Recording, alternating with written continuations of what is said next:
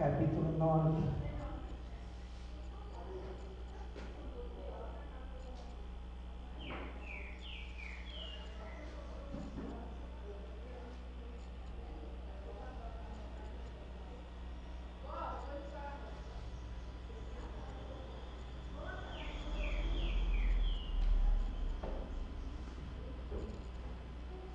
Romanos capítulo 9 é um pouquinho difícil da gente entender, mas com a graça de Deus vamos estar entendendo tudo muito bem direitinho, sem ficar dúvidas,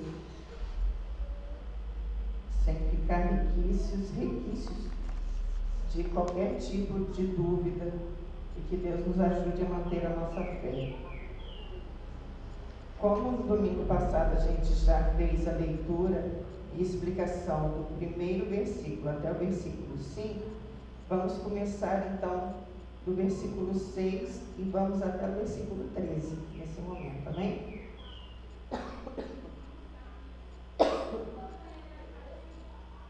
Não que a palavra de Deus haja falado, porque nem todos os que são de Israel são israelitas.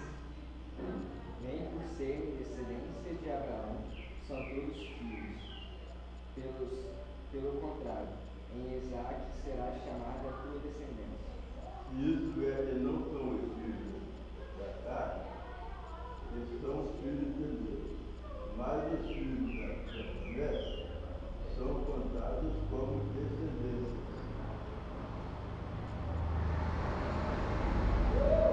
Porque a palavra da promessa virei certo. Sara terá um filho. Não somente essa, mas também Rebeca, quando concebeu de um só Isaque nosso pai. Porque não tendo filhos, ainda assim tendo feito bem ou mal, para que o propósito de Deus, segundo a eleição, ficasse, e não por causa das obras, mas por aquilo que chama.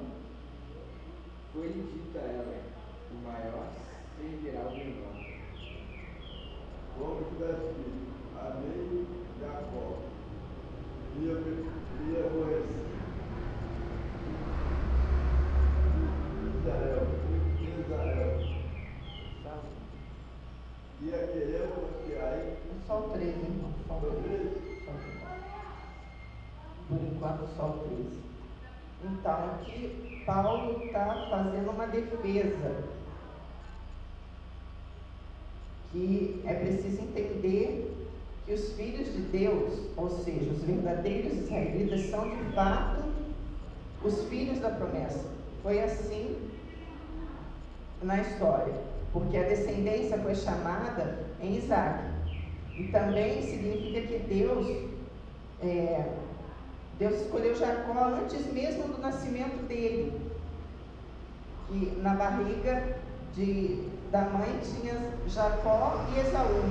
E Deus já tinha escolhido Jacó antes mesmo deles nascerem. Isso significa que Deus, quando prometeu a Abraão que a descendência dele seria uma bênção, etc. e tal, ele não estava falando de toda a descendência, mas de uma seleta descendência, pessoas que ele ia escolher, que Paulo chama de os filhos da promessa. Ao dizer isso, Paulo está chamando a igreja para esse lugar especial, um lugar privilegiado. Ele está introduzindo aqui o assunto para concluir que a igreja é esse símbolo da promessa. E que os verdadeiros israelitas se uniram à igreja, e a igreja se uniria a eles. Portanto, não houve nenhuma falha. A coisa continua sendo como sempre foi. Os filhos de Deus são os filhos que ele elege, não são filhos por hereditariedade, mas por eleição.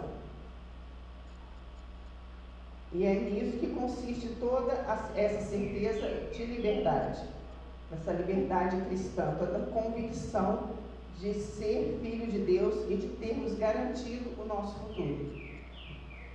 Porque se não fosse assim, só os filhos hereditários de Abraão teriam essa promessa cumprida. Deu para entender até agora? Amém. Então vamos fazer a leitura agora do 14 ao 16. Que diremos, pois, a injustiça da parte de Deus de maneira nenhuma. Pois diz a Moisés: compadeça e de quem me compadeça, e terei misericórdia de quem me misericórdia. Assim, pois isso não depende do que é, nem do que ocorre, mas de Deus que se compadeça. Amém. Aí Paulo insiste em afirmar a questão da redenção, dizendo que essa coisa de misericórdia e do chamado é um problema de Deus. E que não há nenhuma injustiça em Deus por causa disso. Ele vai ter misericórdia de quem ele quiser ter misericórdia. E vai se compadecer de quem ele quiser se compadecer. Portanto, não depende de quem quer e nem de quem pode. Mas de Deus nos dá a sua misericórdia. E é nisso e apenas nessa eleição que se identifica o povo de Deus. Em outras palavras, Deus deu a uma nação historicamente definida suas promessas. E os patriarcas, e os profetas, e todos os mais. Mas, de fato, ainda que essa nação historicamente definida tenha recebido toda essa visitação divina, todas essas promessas e todos esses eventos, a aliança de Deus, de fato, é com os seus eleitos. Paulo já está deixando claro que mesmo dentro de Israel, Deus já tinha os seus eleitos. E que, de fato, é com esses que Deus iria trabalhar e vai trabalhar. Então, ele já está explicando aqui a rejeição que Israel teve para com Jesus Cristo. E por que Israel foi aparentemente rejeitado. Quem quer que seja, Deus sempre trabalhou com seus eleitos e continua fazendo isso. Então, no Israel histórico, Deus trabalhou com os eleitos. A igreja, os que são de fato membros da igreja, vai ser unida a esses eleitos de Israel, porque os que são verdadeiramente da igreja, exemplo dos verdadeiramente israelitas, também são fruto da eleição. E é assim que essa certeza cristã se estabelece. O cristão pode desfrutar da liberdade de viver na certeza que vai chegar ao final do caminho como um santo de Deus, porque o que garante isso a ele é a sua eleição por parte de Deus. É a misericórdia de Deus na sua vida. Paulo vai construindo todo um argumento aqui para poder dizer que Deus sempre trabalhou assim e que não houve mudança em Deus desde o princípio. Explicadinho? Alguma dúvida? Não? Tá bom. Então, vamos ver do 22, capítulo 9, do 22, perdão, do 17 ao 21. Porque diz a Escritura a Faraó: para isso mesmo te levantei, para em ti mostrar o meu poder e para que meu nome seja anunciado em toda a terra.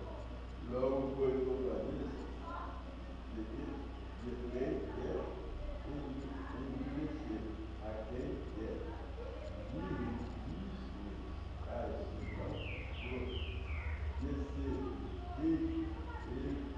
ele ainda, porquanto quem resiste à sua vontade. Mas, ó homem,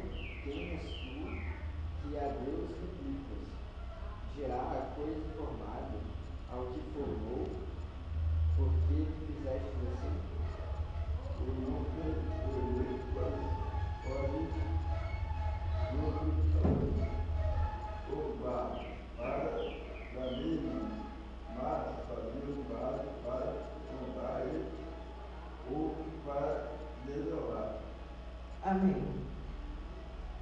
O apóstolo deixa claro que a soberania de Deus é inquestionável. Por isso nós vimos nesses versículos. É Deus quem elege, não cabe a nós discutirmos com Deus, porque Ele é o olheiro. A soberania dele é inquestionável, Ele tem direito sobre a massa. Foi Ele que determinou os eleitos e se determinou a trabalhar com eles. Então, essa é a consciência que a igreja tem hoje e que Israel sempre teve, a consciência de que Deus trabalha com os eleitos. Essa eleição é que nos faz viver sem medo de sermos derrotados pelos nossos próprios pecados, porque o que nos garante a firmeza necessária para continuar nessa estrada rumo a Jesus é a eleição de Deus e a sua fidelidade. Podemos desviar, mas Deus, por nos ter elegido, nos trará de volta. De um jeito ou de outro, nos trará de volta. Certinho? Então vamos lá, vamos continuar. Do 22 ao 24 agora. E que direis, se Deus querendo mostrar a sua ira e dar a conhecer o seu poder, suportou com muita paciência os vasos de ira preparados para a perdição. Para que também diz a conhecer a justiça da sua glória. Nós, vasos de misericórdia, que para a glória já temos tanto preparou, os quais somos nós e quem também chamou nós, não só desse os de Deus, mas também desse os gentios. Amém. Aí Paulo deixa claro que o nosso papel não é o de questionar, mas de admirar que Ele, o Senhor, tenha decidido compartilhar as riquezas da sua glória em vasos de misericórdia, vasos que Ele mesmo preparou de antemão. E esses vasos somos nós. Essa liberdade que nós temos de ser filhos de Deus, por causa da sua eleição, essa liberdade que temos de ser santos e irrepreensíveis por causa da sua eleição, é que fará de nós os vencedores nessa estrada que estamos trilhando. Essa liberdade é fruto do fato de que Deus garante a nossa caminhada. Ele nos sustentará durante essa caminhada. Não quer dizer que a gente pode fazer o que quiser, que Ele vai nos sustentar sempre. Mas quer dizer, porque Ele nos sustenta, nós vamos conseguir fazer a vontade dEle. Esse é o segredo. É isso o que nos faz de fato vencedores. A liberdade que nós temos para servir a Deus.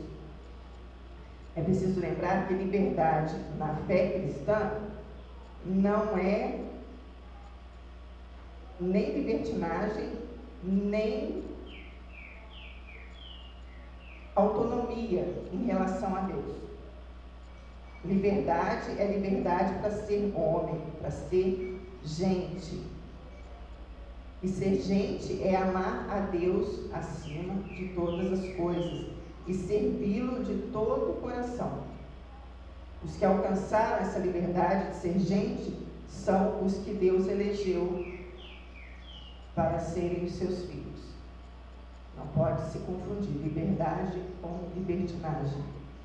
Liberdade com se fazer qualquer coisa. Nós temos liberdade para servir a Deus e não ao diabo. Entendido? Alguma pergunta? Então tá. Vamos lá, 25 ao 29. Como exercer positivamente essa liberdade no mundo. Como dizem Oséias, chamarei meu povo ao que não era meu povo, e amada a que não era amada.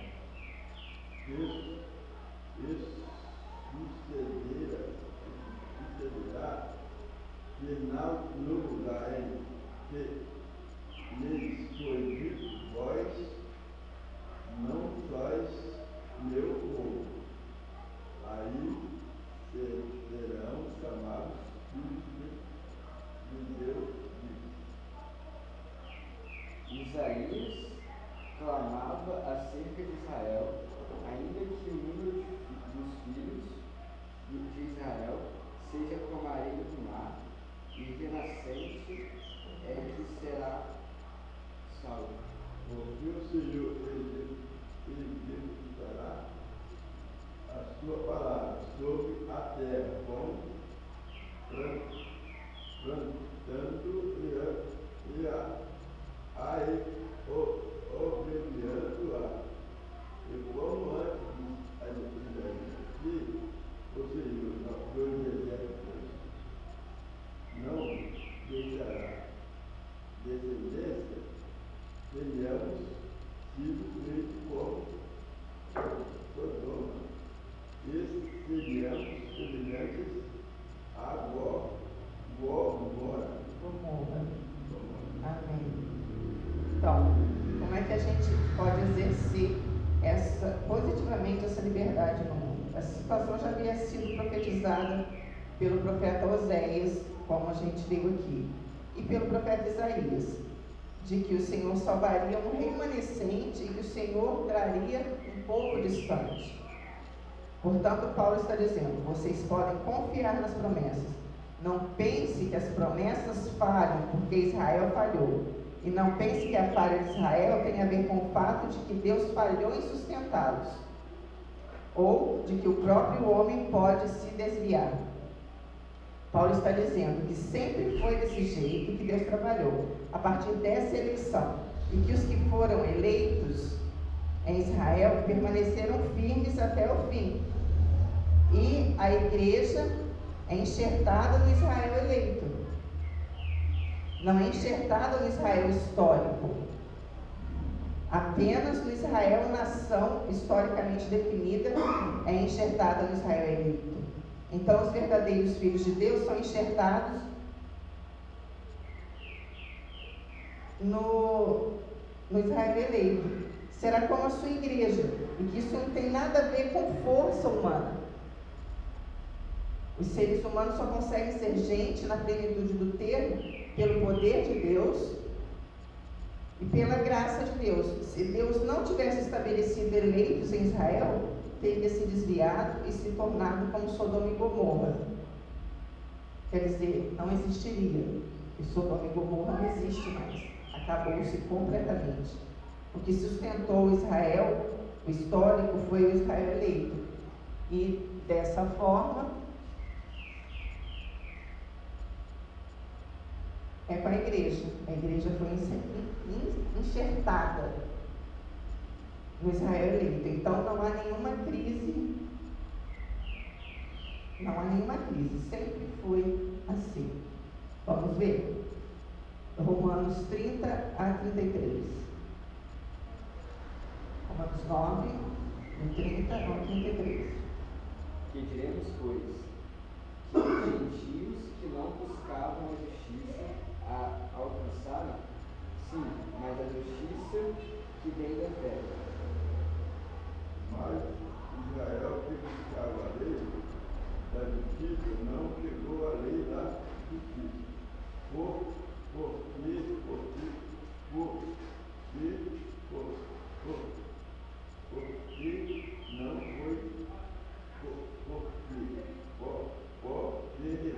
Não foi pela fé, mas porque pelas obras da lei tropeçaram na pedra de tropeço, como está escrito: retirei em Sião uma pedra de tropeço e uma rocha de escândalo, e todos aqueles que crêem nela não será corrompido. Amém. A gente já sabe que essa pedra, essa rocha é Jesus. E na conclusão do capítulo 9, Paulo está deixando claro que não é Israel que falhou, ou que Deus falhou com Israel. Jamais. Deus sempre trabalhou com os eleitos. Foi assim desde o princípio e será assim até o fim. Os gentios que não buscavam justificação alcançaram a justificação por causa da eleição. E a prova de que eles foram eleitos é que eles tiveram fé. E fé é um dom de Deus. Já o Israel histórico se perdeu porque não recebeu o dom da fé. O Israel eleito recebeu a fé e pela fé triunfou. O histórico, apesar de todo o conhecimento da lei e todo o conhecimento dos fatos, tropeçou na pedra de Sião, que é o próprio Senhor Jesus Cristo. Porque a única maneira de não tropeçar nessa pedra é ter fé. E a fé faltou para esse povo histórico. A igreja, a verdadeira igreja, também é fruto da eleição. E o que marca o fato da sua eleição é a sua fé naquele que foi a pedra de Sião. Dessa maneira, Paulo concluiu o que já havia dito antes: não depende de quem quer, nem de quem pode, mas de Deus ter misericórdia. Paulo concluiu o que já havia acelerado. Não é pela lei, é pela graça. Foi assim com Israel eleito, e será assim com todos os gentios eleitos, para participarem da igreja. Tudo entendido no capítulo 9? Então, vamos começar o 10, porque esse assunto vai até o 11. Vamos ver se a gente consegue. Irmão, o bom desejo do meu coração e o oração a Deus por Israel e para a sua salvação, porque ele dou testemunho do que tem sido de Deus, mas não com entendimento. Visto que não conheceram a justiça de Deus e procuraram estabelecer a sua própria justiça, não se sujeitaram a que vem de Deus. Porque a fim da lei é Cristo, para justiça de todo aquele que crê. Ora, até o 4 agora. Então, agora o apóstolo Paulo deixa claro que a súplica a Deus pela salvação do seu povo, que compreende que seu povo vela pelas coisas de Deus, mas que infelizmente eles mesmos não entenderam qual era a justiça de Deus, como é que a justiça de Deus era processada. Pensaram que a ideia básica seria obediência aos princípios e preceitos da lei. Não conseguiram compreender que a justiça vem de Deus, está fundada na graça, e não perceberam a relação entre a graça e a lei. Não porque ela está fundada na graça, mas porque, a exemplo de toda a raça humana, sucumbiram à ilusão de que o homem pode, por sua própria força, satisfazer a vontade de Deus. Isso não é verdade. A relação entre a lei e a graça, segundo a exposição que o apóstolo Paulo faz em todo esse livro de Romanos, não é tão difícil de compreender assim. Trabalhando com o raciocínio de Paulo, a gente percebe que a ênfase que ele dá à simples impossibilidade do cumprimento da lei deveria nos levar à busca de Deus, à busca da sua misericórdia, confessando a nossa impotência e clamando a Ele pela sua graça. Mas o povo judeu não se deixou convencer pelos seus sucessivos fracassos, pela sua incapacidade natural do cumprimento da lei, e acabaram insistindo na ação humana como geradora da salvação divina. Foi assim que eles tropeçaram. E esse é o lamento de Paulo, e deve ser o lamento de todos nós que vivemos no mundo em que as pessoas, por mais que experimentem fracassos nos mais elevados princípios morais, ou mesmo aos mais básicos princípios morais, continuam insistindo que pela sua própria força, pelo seu próprio mérito, pode alcançar o favor de Deus. Esse foi o erro de Israel, e esse tem sido o erro da humanidade no curso de todos esses séculos. e até a volta do nosso Senhor. Vamos ver agora qual é o verdadeiro significado da justiça de Deus? Romanos capítulo 10, do 4 ao 7. O 4 é lembra, é o 5, não. Lembra o 4. Pode repetir, por favor. Porque o fim da lei é que faz todos aqueles que ora, Moisés descreve a justiça, e é pela lei dizendo, homem que fizer essas coisas, viverá por ela. Mas a justiça que vem da fé diz assim: não perguntes em teu coração quem subirá ao céu, isto é, a trazer do alto a Cristo. Ou ele descerá ao abismo, isto é, a tornar a trazer dentre os mortos a Cristo. Mas que diz a palavra está junto a ti, na tua boca e no teu coração. Esta é a palavra da fé que pregamos. Amém. Então, 7. O verdadeiro significado da justiça. É o 8, é o 8. Sim, senhor, mas Que pregamos. Tá, tudo bem. O verdadeiro significado da justiça de Deus, que foi o que eu pedi para a gente ver do 4 ao 7. Paulo deixa claro e professo: o fim da lei é Cristo, para a justiça de todo aquele que crê. Ou seja, o objetivo da lei era apontar para a necessidade do Cordeiro de Deus, que tira o pecado do mundo. De fato, a história de Israel já havia falado disso. Eles não conseguiam prestar a devida atenção ao fato, mas já estava registrado ali. Porque, na verdade, o centro da fé judaica estava no oferecimento do holocausto. O holocausto, que era o cordeiro que era imolado, tinha justamente esse significado da impossibilidade do cumprimento da lei.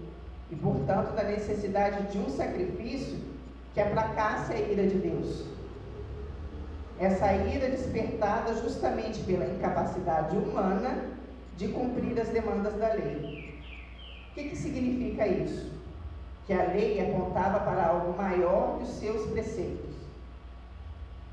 E que apontava para a necessidade de um sacrifício que, de uma vez por todas, satisfizesse a justiça de Deus e justificasse o homem, ou seja, por meio do qual o homem pudesse ser declarado justo, não pelos seus próprios méritos, mas pelo sacrifício que for oferecido em seu favor. E é aqui que entra Jesus. A lei, de fato, aponta para a necessidade de um cordeiro que tire o pecado do mundo. O cordeiro cujo sacrifício seja definitivo. Foi o grito de João Batista, quando ele, anunciando Jesus de Nazaré, ele disse: eis aqui o Cordeiro de Deus, que tira o pecado do mundo. Esse foi o brado que João Batista deu quando viu Jesus vindo a ele para ser batizado. O fim da lei. O grande objetivo da lei, aquele que viria finalmente para dar cumprimento à justiça exigida pela lei. A lei vem aos homens para revelar a sua impotência, ou o seu pecado, a sua incapacidade de salvar a si mesmo, e como consequência a necessidade da intervenção divina, de um sacrifício que seja definitivo. Foi ali que os judeus tropeçaram, nessa pedra de cima. Lamentavelmente, vivemos numa sociedade que continua a tropeçar nessa pedra, que ainda não entendeu que a única maneira de alcançar a justiça de Deus é acreditando no sacrifício do seu Cordeiro definitivo, acreditando que só aquele sacrifício satisfaz essa justiça e concede a Deus a possibilidade de receber os homens.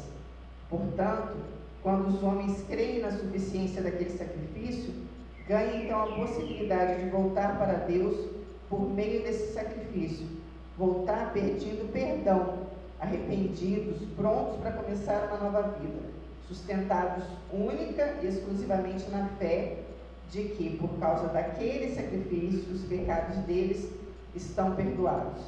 O pecado dos pais, o pecado de Adão, a injustiça do crime que pairava sobre a humanidade está perdoado. E por causa desse sacrifício, o Espírito Santo virá o arrependimento e transformará no tipo de pessoa que Deus quer que ele seja. Justiça, esta que se completou em Cristo. Vamos ver? Romanos capítulo 10, versículos 8 e 9. Mas que diz a palavra, está junto de ti, na tua boca e no teu coração está, é a palavra de Deus, dizendo, a saber que com a tua boca contestareis ao Senhor, Jesus, que em teu coração creres que Deus o ressuscitou dos mortos, serás salvo. Amém. Amém, isso mesmo. Apenas através dessa confissão de Cristo como Cordeiro, que foi imolado, que venceu a morte, é que podemos alcançar a salvação. A ideia básica é a compreensão e a crença de que Jesus de Nazaré, com a sua morte, satisfez a justiça de Deus. O sangue do justo foi derramado pelos injustos. Aquele que não precisava morrer, morreu pelos que estavam mortos, para que os que estavam mortos pudessem tornar a vida. A grande prova de que o sacrifício dele foi aceito é que ao terceiro dia ele ressuscitou dos mortos.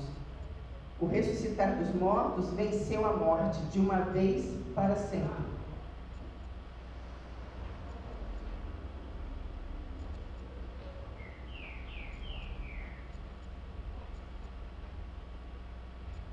E aos que creem nele, ele deu a certeza de que, assim como ele, também venceriam a morte. Por mais que aconteça de cristãos, de eleitos, virem a morrer, a nossa fé cristã é essa, o segredo da nossa fé cristã é essa. É uma fé que sustentada no sacrifício de Jesus, o nosso Salvador, de que se ele morreu e ressuscitou, nós também, como eleitos por ele, filhos eleitos, também seremos, podemos morrer, mas se morrermos em Cristo, levantaremos no dia da ressurreição.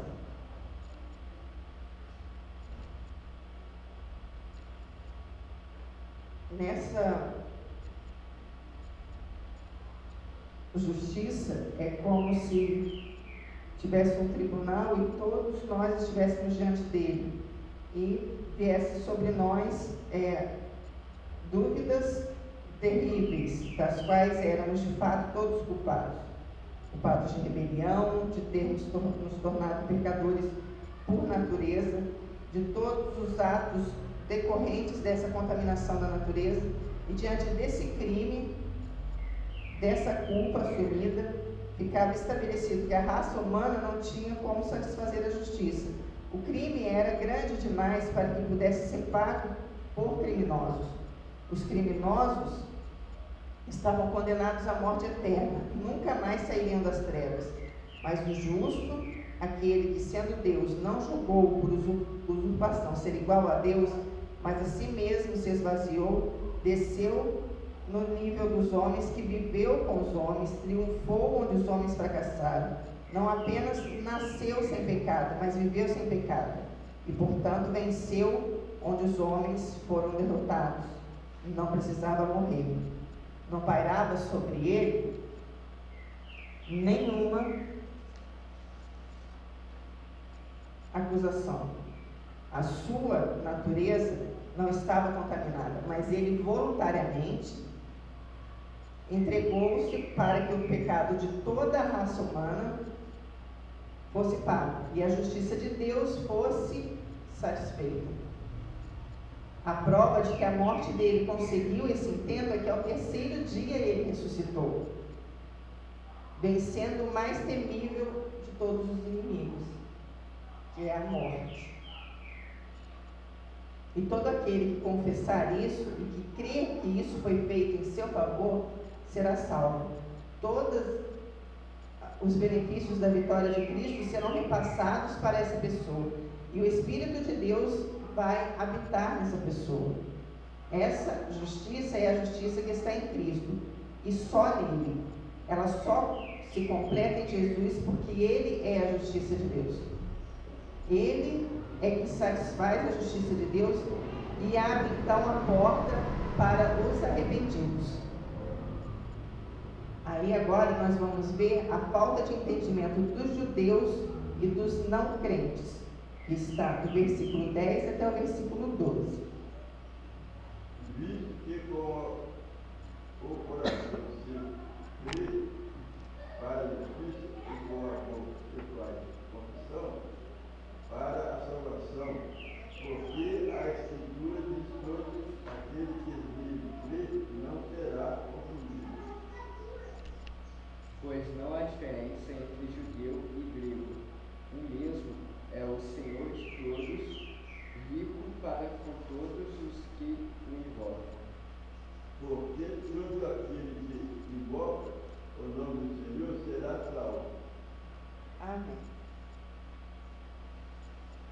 Os judeus não entenderam a necessidade do Salvador, do sacrifício do próprio Deus.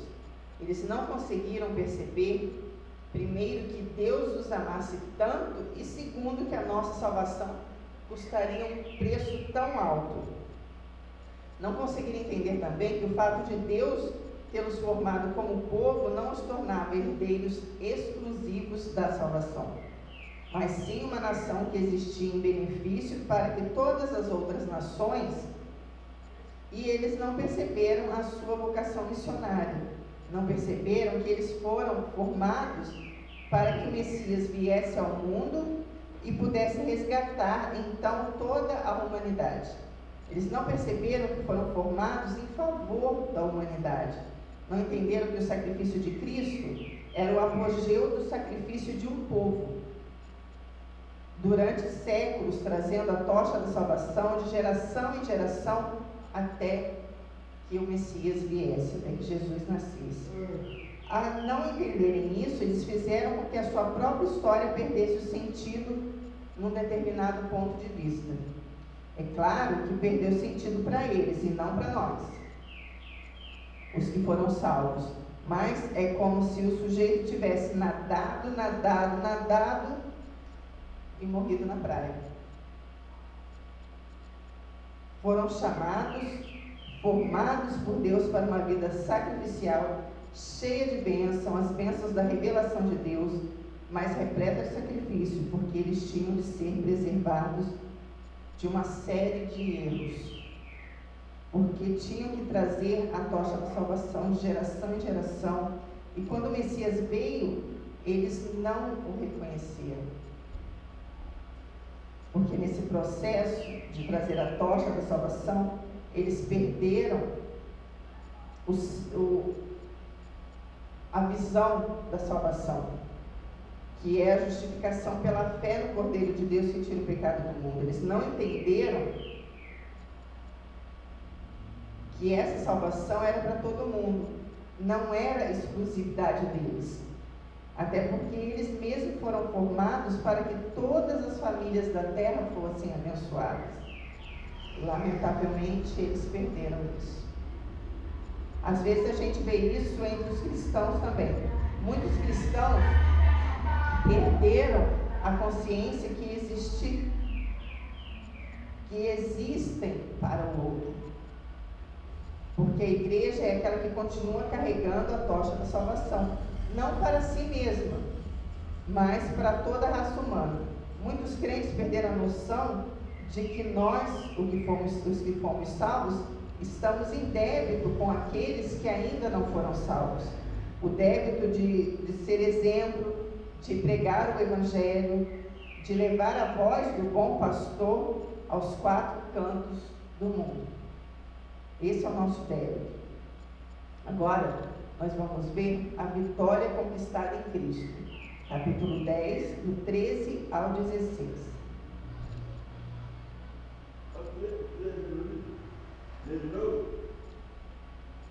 Lê de novo, porque era para ter lido até o 12.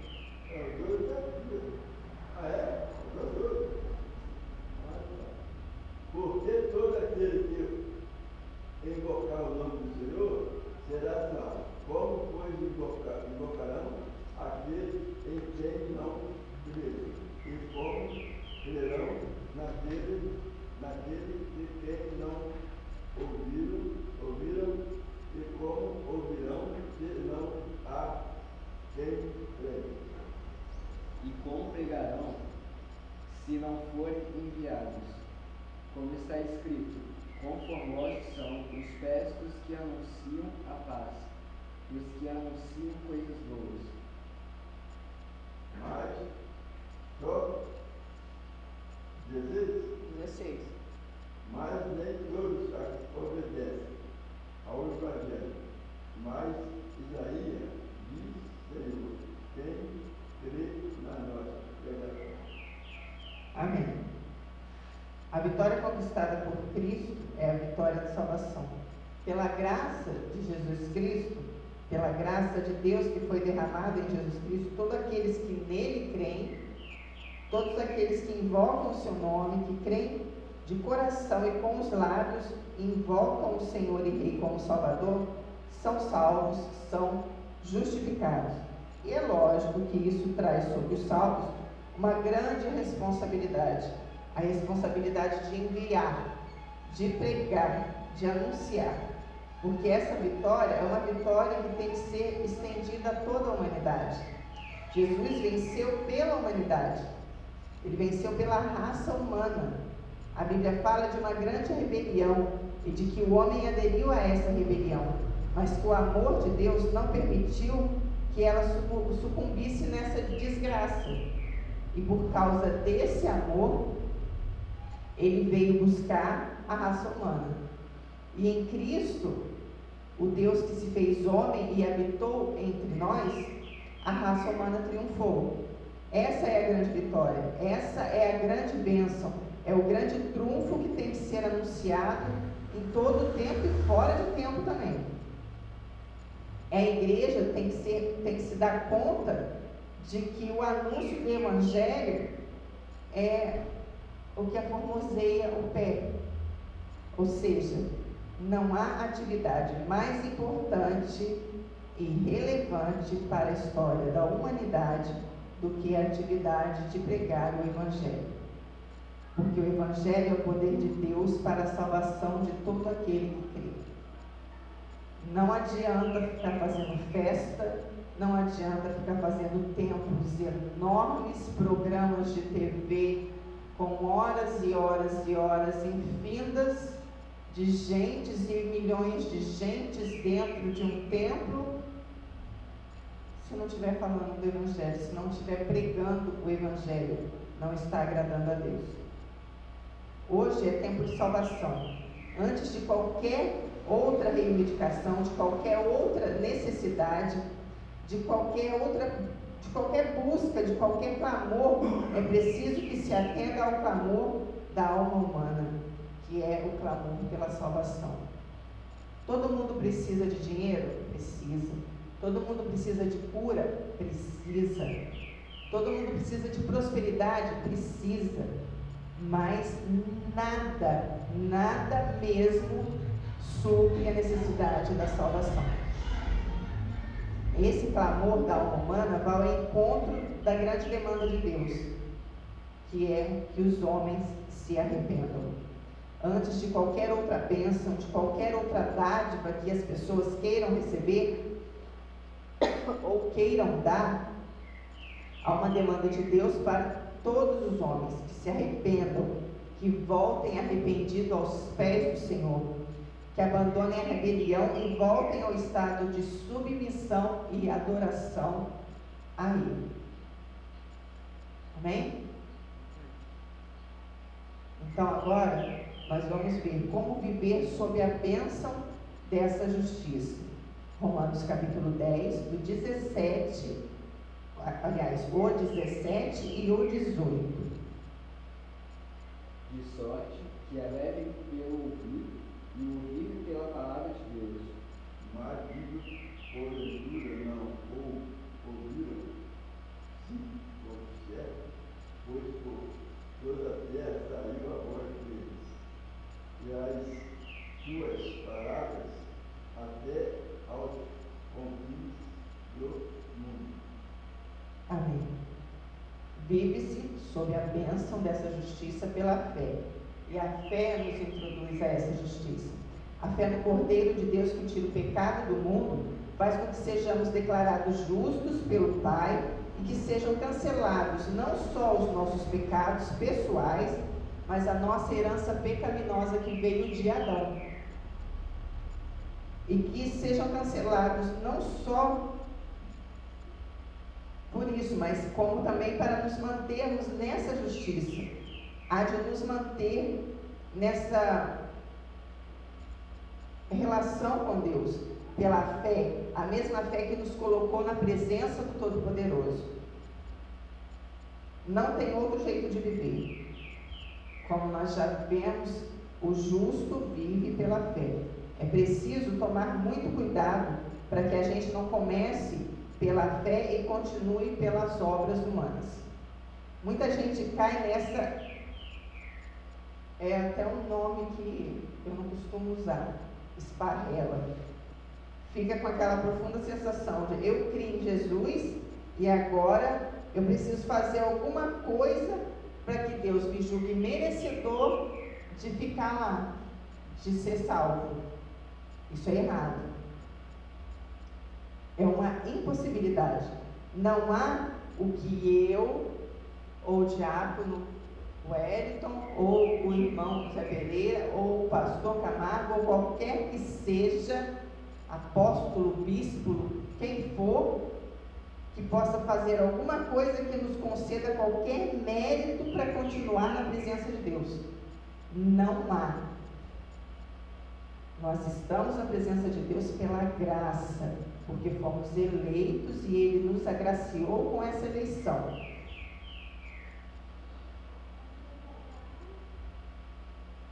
A única maneira de permanecer santos e irrepreensíveis é pela fé que nós temos em Cristo Jesus. A fé de que Cristo perdoou os nossos pecados e também de que Cristo há de nos sustentar nos nossos caminhos. Porque Cristo não apenas é aquele que nos leva ao Pai, mas também é aquele que nos mantém no Pai. É nele que recebemos alimento. Ele é a porta das ovelhas. Entraremos e sairemos por ele, e acharemos pastagem. É ele que nos sustenta, é ele que nos mantém de pé. A vida cristã é uma vida de fé em Jesus Cristo. A fé de que Cristo, que me tirou do inferno, vai tirar o inferno de mim também. Essa é a ideia presente em todo o Evangelho. Eu creio que Jesus me salvou, eu creio que Jesus vai tirar o inferno de mim. Os requisitos de todo o velho homem que tinha as marcas da natureza contaminada, os vícios da carne, o mau temperamento, o mau humor, as fraquezas, todas elas serão vencidas pela força de Jesus Cristo, pelo poder de Jesus Cristo e não pelos nossos méritos. Não é pelo quanto fazemos de obras ou pelo quanto de vida devocional nós temos com Deus, mas simplesmente pelo poder da graça de nosso Senhor e Salvador Jesus Cristo. O cristão tem que ser constantemente grato a Jesus e acreditar que Ele, que começou em nós a boa obra, vai completar até a volta dele. O Espírito de Deus está em nós, o Espírito de Deus há de nos transformar à imagem e semelhança de Jesus Cristo. E isso acontece em resposta à nossa fé, a mesma fé que recebemos, a fé que é dom de Deus. Portanto, ser cristão é continuar acreditando o tempo todo, mesmo diante das nossas próprias fraquezas, diante das nossas lutas. O cristão se arrepende dos seus erros e acredita.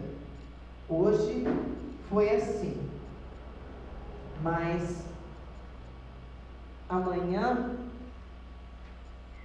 vai ser diferente, porque Cristo está atuando na minha vida e Ele, pela sua graça, há de vencer todas as minhas fraquezas, há de me levar à maturidade, há de me aperfeiçoar para a sua honra e para a sua glória. Entendido? Não, vamos terminar. São só 3 versículos, do 19 até o 21, é só para concluir o capítulo 10. Isso, semana que vem, capítulo 11, em nome de Jesus. Vamos lá? 19. Mas digo, porventura, Israel não soube. Primeiramente, diz Moisés, eu vós meterei em ciúmes com aqueles que não são o incertados. Vós provocarei a ira. E Isaías, ao sarnamento, diz: fui achado pelo que eles não buscavam, fui manifestado aos que por mim não perguntaram. Mas contra Israel, todo dia recebi as minhas mãos a um povo rebelde e contradizente. Por exemplo? Sim. Amém. Então, para concluir o capítulo 10, para concluir a escola dominical de hoje, Paulo termina dizendo essas verdades todas foram anunciadas a Israel, mas lamentavelmente Israel não prestou atenção nelas.